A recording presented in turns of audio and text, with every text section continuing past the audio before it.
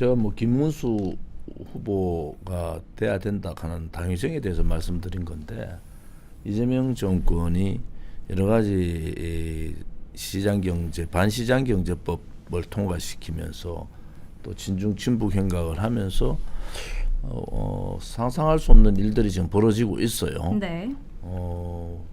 곧 이제 방송 3법하고 노란봉투법, 이제 상법 개정 이런 것도 이제 한다는 거 아닙니까? 근데 그게 국민의힘에서 할 수 있는 거는 필리버스터 해가지고 시간 끌기밖에 못 하는데, 네. 결국은 그런 법이 다 통과되면은 이제 시장 경제의 기본적인 틀이 무너진다. 그런 입장에서 그걸 막을 사람이 누군가? 네. 그거는 이제 정치적인 경험이 좀 필요하고, 나름대로 국민들로부터 한마디 한마디가 이재명 정권을 견제하고 정청래 당대표와 맞설 수 있는 그러한 사람이 필요하다. 네. 그런 입장에서 봐서는 김문수라는 사람이 국민의힘의 당대표로 적합하지 않느냐, 뭐 이런 입장을 가지고 있고요. 맞습니다. 또 하나는 김문수 후보가 안 됐을 경우를 우리가 가정을 한번 해보면은 참 암담해요. 사실은 결국은 이제 박근혜 대통령에 대한 탄핵 부분은 뭐 죄가 없고 뇌물 받은 게 없다, 이렇게 이제 이재용 회장 결심 공판에서 나왔지 않습니까? 네. 그런데 두 번의 보수 대통령이 탄핵되는 상황을 겪으면서 누구도 책임지는 사람이 없어요.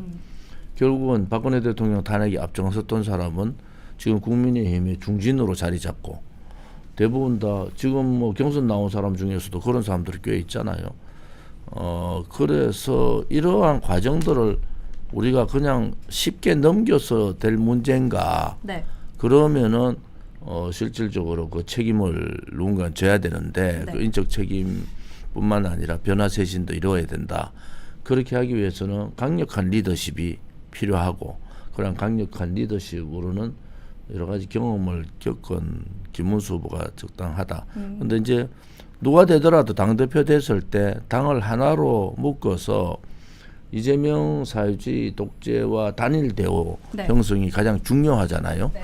그런데 이 단일 대우 형성을 하지 않은 상태에서 지금 이재명 정권의 독주를 막을 수 있는, 또 국민들을 설득할 수 있는 방법이 있는가? 결국은 지지율이에요. 국민들의 지지율이 이재명 정권의 반기를 들고 국민들이 돌아서면은 그때부터는 이제 국민의힘에서도 여러 가지 할 일이 생기는데, 네. 국민의힘이 지금 아무것도 안 하는데 이재명 정권이 여러 가지 인사 참사, 사면 참사, 또 이제 입법 참사 뭐 이런 걸 통해 가지고 국민들이 등을 돌리잖아요. 제가 우려되는 것은 국민의힘이 아무것도 안 하는데 지지율이 올라가요. 그러면 착각들 하는 거야. 또 자기들이 잘한 것 같이 착각하는데, 국민의힘은 지금 한 게 아무것도 없습니다. 제가 그래서 말했어요. 국민의힘 자려고 하는 거 아니에요? 내부 분열만 계속 하고 있는데, 이것을 통합해서 다음 지방선거에서 나름대로의 선전을 할 수 있는 구도를 누가 짤 수 있느냐, 그런 관점에서 지켜보고 있습니다. 지금 네. 김문수 당대표가 된다는 전제로 대강 정리가 된 것 같아요. 지금은 요 며칠 상간에 장동영 후보가 확 떨어졌잖아요, 분위기가. 그래서 단일 대우를 이룰 수 있는 사람들이 최고위원이 되는 게 좋겠다. 지금은 우리가 상상하지 못했던 문재인 사회주의 독재 정권하고 상상하지 못하는 정청래, 이 소위 야당 대표를 아예 인간 취급도 안 하고 투명 인간 취급하고 있는 정청래하고에 맞서야 되는 당 대표고 최고위원들 아닙니까? 네. 그래서 그러한 단일 대우를 형성할 수 있는 그러한 최고위원이 되면 좋겠다, 이런 생각을 가집니다. 사실 이름을 거명하는 건 그렇지만은 네. 어쨌든 그러한 상황이 지금 도래를 한 거예요. 제가 보는 느낌은 역대 정권에서 이런 경우가 있었는가? 그냥 자기들이 국민들을 전혀 생각하지 않고 자기들 생각하는 대로 그냥 밀어붙이는 이러한 정부도 없고 이러한 여당도 없었어요. 근데 우리가 상식 탈피의 이러한 정부나 여당을 보면서 저는 뭐 마음적으로는 굉장히 걱정을 많이 하는 편이지만은, 그래도 국민들의 정의, 보편, 타당한 상식은 살아있는 거 아니냐. 네. 거기에서 희망을 가지고 국민의힘이 조금만 잘하면은 될 수 있을 것 같다. 그다음에 안철수 조경태 문제는 저는 조경태 후보가 사퇴할 가능성이 있지 않느냐 이래 봐요. 왜요? 다시 민주당 같이 가기에는 서로 뭐 3, 4등 싸움이다 이래 봐서는 오히려 육선의 조경태 의원이 안철수와 거부하면서 조경태 의원이 지금 굉장히 고민에 빠진 거 아니냐. 본인은 단일화하려고 했지만은 안철수 후보가 또 철수한다. 이거는 진짜 정치사에 기록될 만한 상황이잖아요. 네. 그런 입장으로 봐서는 오늘 토론 마치고 이제 이틀 상간에 조경태 후보의 입장 변화가 저는 좀 점쳐져요. 그래요. 같이 가지는 같이 4명이서 경선하지는 않을 거 아니냐. 정치적으로 보면은 정치공학적으로 보면 그래요. 각자가 단일화 요구를 하다가 안 되면은 한쪽이 이렇게 물러서는 경우가 되게 많거든요. 네, 네. 그런 경우를 좀 보고 안철수 후보는 지금 김문수 후보 되면은 뭐 정광훈 이나 황교안이나 제 이름까지 거론하는데 정광훈 목사는 국민의힘 들어갈 생각이 전혀 없는 사람이에요. 그래서 그거는 걱정 안 해도 될 것 같고 우리는 국민의힘의 변화 쇄신을 하기 위해서 우리가 바깥에 국민들하고 워낙 많은 삶을 해본 사람으로 국민의힘의 변화 개혁에 필요하다 이런 입장을 가지고 있는 거니까 경선은 22일 되면 끝납니다. 네. 그래서 저는 그 경선 이후에 남아있는 한 8개월 정도의 지방선거 때까지의 그 과정들 또 당을 어떻게 추스리고 이재명 정권과 맞설 거냐 또 민주당과 맞설 거냐라는 부분에 있어서 걱정을 하고 있는 거죠. 하나는 지금 국민의힘의 행태를 보면은 변화를 거부하고 있는 거예요. 변화를. 장동혁이라는 후보가 이제 바깥으로 이제 하나하나 이제 이 사람이 어떤 사람인가라는 게 이제 서서히 유튜브를 통해서 나오기 시작하잖아요. 우리 최 의원님도 정치부 오래 하셨지만은 그렇게 쉬운 게 아닙니다. 사실은 특히 이재명 정권이나 이런 데서는 이 내란 정당으로 당을 해체시키겠다는 거 아닙니까? 지금 뭐 압수수색 해가지고 당원 명부 500만 명 명부를 달라고 하는 그러한 건국이후에 이런 경우는 처음이에요. 그런데 국민의힘이 할 수 있는 게 뭐가 있습니까? 그것은 앞으로 국민의힘이 색깔을 내고 지방선거에서 승리하려면은 엄청난 그 지도자의 당대표, 소위 당대표 희생이 필요하다. 저는 그런 부분에 있어서 이번에 당대표는 그냥 월계관을 쓰는 게 아니고 가시관을 쓰는 거다. 그런 각오로 네. 죽을 각오로 해야 된다. 이런 생각을 갖고 있습니다. 소위 이재명 정권의 사회주의 독재를 가서는 안 된다는 많은 국민들이 참여를 했는데 저는 뭐 우리가 이제 이미 벌써 9년째잖아요. 이달 8월 30일이 창당 8주년이에요. 네, 그러시군요. 그 문재인 정권 때는 매주 했거든요. 그 윤석열 대통령 들어와서 제발 좀 잘해달라 이래가지고 우리가 큰 이제 우리 8.15나 3.1절 개천절 이럴 때만 하고 집회를 안 했는데 이번에 이재명 정권 들어와서 이제 한 70일 이래 지나면서 보니까 야 이거 국민들한테 안 알려가지고는 큰일 나겠다. 왜 이제 21일인가 방송통신법을 통과시킨다는데 그것도 야당의 전당대회가 22일인데 21일 날 방송통신법 통과시키면 또 필리버스터 하고 또 그 노란봉투법 상법 이게 뭐 줄줄이 통과시키잖아요. 그러면은 결국은 제가 가장 걱정했던 체제 문제하고 시장 경제 문제가 이제 사회주의로 들어섰다. 그것을 국민들한테 알려야 된. 제가 제일 답답한 게 뭐 대구도 저 어제 다녀왔는데 가면은 뭐 현수막에 그런 내용은 별로 없어요. 그래서 이제 국민의힘 국회의원들이 이제는 행동할 때가 됐다. 행동하지 않는 정치인, 행동하지 않는 우파는 껍데기다. 저는 그래 보는 거예요. 왜 저렇게 탈헌법적, 반헌법적, 반시장 경제 정책들을 눈 하나 깜짝 안 하고 통과시키잖아요. 네. 그럼 기업들이 무너지게 돼 있다고요. 지금 노란봉투법 하면요.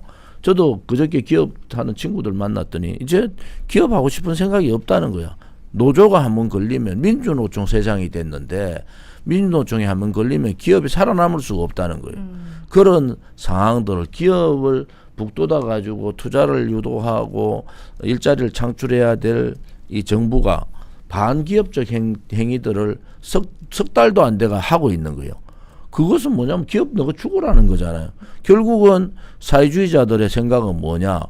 기업들이 잘 돼가지고 일자리를 창출하는 부분보다는 네. 지금 있는 상태에서 그냥 나눠 먹자. 이런 생각들을 많이 갖고 있어요. 실질적으로 민주당의 국회의원들 중에 일자리를 가지고 돈을 벌어본 사람이 몇 명이나 될까요? 저는 그런 부분에 있어서는 이재명 정부가 속도 조절을 하지 않으면은 지지율은 더 떨어진다. 이번에 지지율이 2주 상간에 12.2% 정도가 떨어졌는데, 그런데 민주당 일각에서 그 지지율 올라갈 거야, 일시적인 거야, 이래 생각하잖아요. 그런데 그것을 보는 지지율에 큰 영향을 미쳤던 게 204050이에요. 맞아요. 204050 세대하고 지역적으로는 경기도야. 여기 소위 민주당의 텃밭이라는 그러한 지역과 그러한 세대에서 반기를 들었단 말이에요. 그런데 이 사람들이 그냥 계속 밀어붙이게 하겠다. 그러면은 얼마까지 갈 수 있을까? 근데 이번에 미국 가잖아요. 미국 가서 트럼프가 뭘 요구할까 저는 보이거든요. 네. 그런데 거기에 대해서 대체를 준비를 할 수 있느냐, 안 될 것 같아요. 왜냐하면 지난 관세 협상이 실패했는데 성공한 걸로 바꿔놨단 말이에요. 그런데 관세 협상을 하고 난 다음에 열흘도 안 돼가지고 반도체 100% 관세 얘기가 나왔잖아요. 자동차 관세 보니까 일본한테 완전히 손해보는 관세 협상을 했고, 철강 마찬가지고. 근데 우리나라의 주력 산업인 그 소위 조선업을 반토막 내가 준 거예요. 이 조선업을 반토막 내가 줬다는 것은 미국에 지금 조선 사업이 사양기로 들어가지고 전부 적자하는 상태에서 우리 돈을 1,500억 불을 거기다 넣겠다는 거잖아요. 그래서 그런 여러 가지 사항들을 언론이 얘기를 안 하니까 국민들이 잘 몰라요. 네. 그래서 우리가 한 번 한 번 국민들한테도 알리자. 그래서 요즘은 뭐 유튜브가 대선에 우리도 뭐 제가 연설 나가면 유튜브 한 20군데가 나와가지고잖아요. 그렇게 국민들한테 알리는 수밖에 없다. 알리는 심경으로 말씀하신 거군요.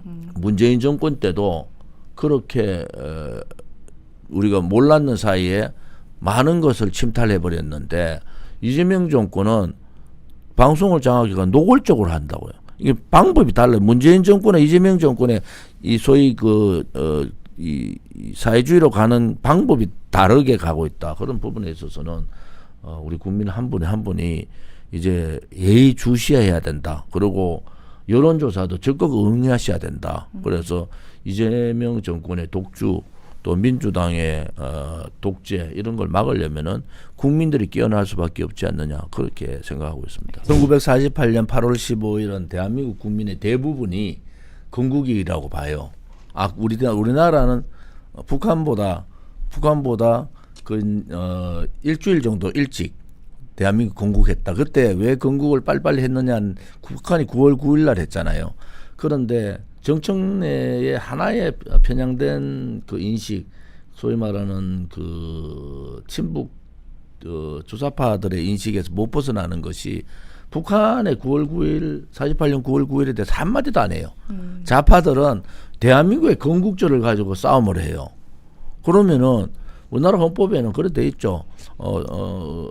임시정부의 법통을 개성한다. 법통을 개성하는 거지. 임시정부가 건국일이 아니라는 것은 대한민국 말고 해외에서 다 알아요. 그럼 1948년 8월 15일 날, 7월 7일 날 헌법을 제정하고 8월 15일 날 헌법 하에서 나라를 건국했다. 이거는 대부분의 국민들이 그래 인식하는데 이걸 뒤집겠다는 거 아니에요. 그래서 그러한 소위 말하는 역사의 오류, 소위 이념적 잣대에 대한 역사의 오류를 가지고 국민하고 싸우겠다는 거 아닙니까? 지금 대한민국 국민들한테 대한민국 건국일이 언제냐고 물어보면 저는 90%가 1948년 8월 15일이라 그럴 거예요. 이러한 보편타당한 인식을 뒤집어서 역사전쟁을 하겠다. 노림수가 있죠. 노림수. 송원석, 너 비대위원장, 너 인정 안 해. 그러고 역사 논쟁 해가지고 또 4월 18일 날 건국을 주장하는 사람은 역사 내란이다. 이렇게 하는 노림수가 다른 쪽에 있습니다. 왼쪽을 치면서 오른쪽을 지금 하고 있잖아요. 자기들이 네. 원하는 법들을 논쟁을 시켜놓고 자기들이 원하는 법들을 3개월 안에 다 정리하겠다는 거 아닙니까? 김병기 원내대표나 정청래 그러니까 이제 저쪽에 이재명 용산 쪽에서는 이게 너무 많이 나가니까 지지율이 툭툭툭툭 떨어져요. 정청래대로 하면 지지율은 계속 떨어져 30%까지 막 떨어진다고요.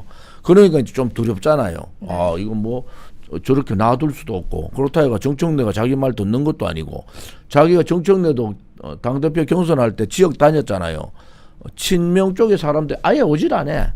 그러니까 거기에서 정청래 지금 당대표가 얼마나 많은 생각을 했겠습니까? 그래서 1948년 건국의 역사 논쟁은 다른 속내가 있다. 이렇게 보시면 됩니다. 다른 속내가 1948년 8월 15일을 대한민국 국민의 대부분이 그날이 우리나라 대한민국 건국된 날이야. 이렇게 보잖아요. 임시정부의 초대 대통령도 이승만, 대한민국 건국 대통령도 이승만이잖아요.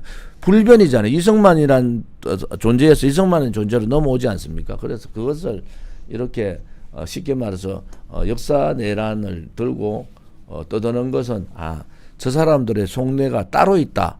국민들이 그걸 아셔야 돼요. 왜 갑자기 역사 얘기를 하느냐. 저 사람들은 자기들이 가고자 하는 길을 국민들의 논쟁을 비껴가면서 자기들이 가고자 하는 길을 가는 거다. 이렇게 보시면 될 것 같아요. 조국 씨는 사실은 자숙을 하는 게 맞죠. 담은 뭐 얼마 동안이라도. 그리고 근데 법적으로 끝났다고 얘기를 다 법적으로 했잖아요. 본인이. 끝났는데 형기도 뭐 3분의 1 정도도 안 채우고 또 자기의 잘못에 대한 사과도 없고 반성도 없어요. 그리고 사면복권을 왜 했어요? 그런 입장에서 봐서는 너무 뻔뻔스럽다. 조국이라는 사람이 너무 뻔뻔스럽다. 그리고 저 사람 지금 이제 대통령 하려고 여러 가지 계획을 세우고 있는 것 같아요. 그런 부분으로 봐서는 정말 국민들을 너무 화나게 한다. 조국이라는 사람이 소위 반일 지소미아 파기하면서 한다 이렇게 비판했던 사람들이 예를 들어서 자기들이 셔틀 외교를 복원하면은 그때 상황을 그때는 그랬고 지금은 이렇다 이렇게 얘기하는 건 말이 안 되죠.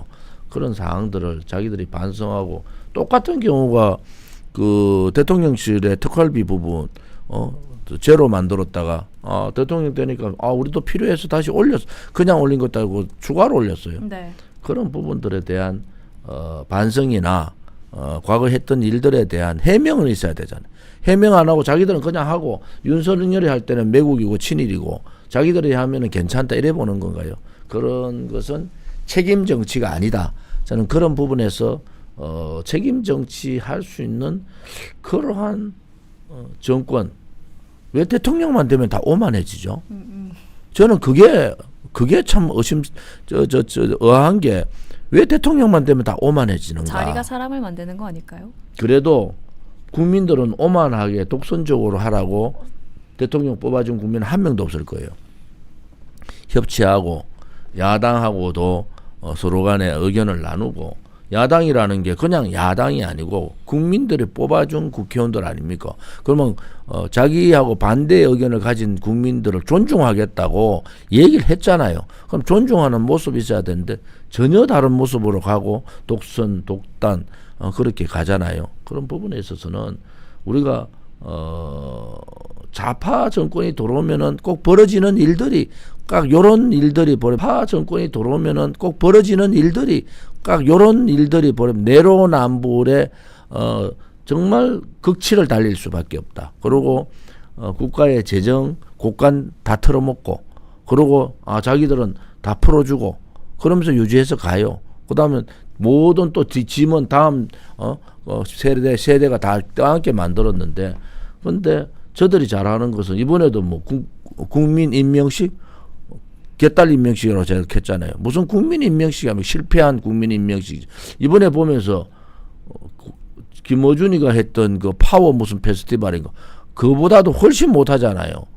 그래서 좀 안 되는 거를 억지로 만들어 가지고 뭘 국민들로부터 국민 주권주의라니까 글자마다 국민을 붙이는데 진정한 정치는 국정 운영은 국민의 삶을 챙기는 거고 국민의 최대의 복지는 일자리잖아요. 네. 일자리를 창출하는데 지금 70일 동안 벌어진 일들은 기업을 망하게 하는 방법으로 지금 가고 있잖아요. 그럼 일자리가 사라지죠. 기업이 이제 탈출하고 대기업 몇 개 나가보세요.